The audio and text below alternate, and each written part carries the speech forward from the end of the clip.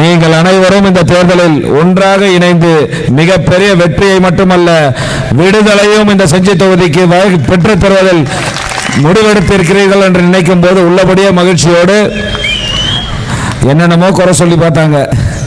கடைசியா என்ன குறை சொல்றதுன்னு தெரியாம இந்த தொகுதியில் ஓட்டு போடுறாரு அவரும் அப்படின்னு பிரச்சாரம் பண்ணக்கூடிய சூழ்நிலைக்கு குறை சொல்வதற்கு இந்த தேசிய ஜனநாயக கூட்டணியில் எதுவுமே இல்லை என்ற வகையில் ஒட்டுமொத்தமாக ஒன்றாக இணைந்து அடுத்த முதலமைச்சர் எடப்பாடியார் தான் வரப்போகிறார் என்பதை நீங்கள் அனைவரும் ஒன்றாக முடிவு செய்துவிட்டு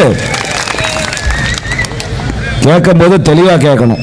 இதே மேடையில் 2 நாளைக்கு முன்னாடி பேசும்போது கேட்டாராம், எனக்கு நேற்று தான் சொன்னாங்க, மரியாதைக்குரிய முதலமைச்சர் மு.க. ஸ்டாலின் அவர்கள் கொளத்தூர் தொகுதியில் ஓட்டு போடுறாரு.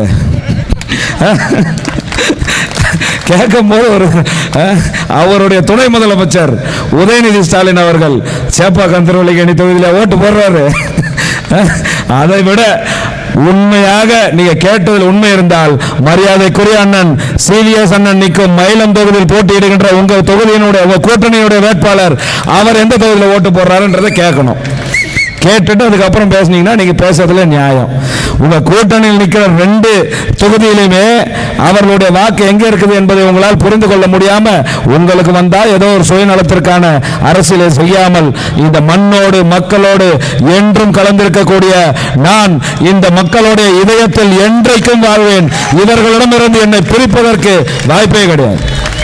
10 ஆண்டு பிறகு இந்த இடத்தில் வந்து இன்றைக்கும் அவர்கள் வீட்டு பிள்ளை இங்க வந்திருக்கக்கூடிய செஞ்சி தொகுதியில் இருக்கக்கூடிய ஒவ்வொரு வீட்டு பிள்ளையாக என்னை பார்ப்பதை நினைக்கும் போது உள்ளபடியே நன்றி கடன் பட்டிருக்கின்றேன். இந்த மக்களுக்கு இதற்கு என்ன நான் கைமாறு செய்ய போகிறேன் என்பது தெரியல. பெருசா நான் என்ன செஞ்சிருக்கிறேன், என்னால முடிந்தவரை இந்த மக்களுக்கு என்ன செய்ய முடியுமோ அதை சட்டமன்றத்திலும் சரி மக்கள் மன்றத்திலும் சரி போராடி கொண்டு வந்து சேர்ப்பதை தவிர என்னுடைய பணி வேற என்ன இருந்திருக்கு. என்னுடைய கடமையை நான் செஞ்சேன்.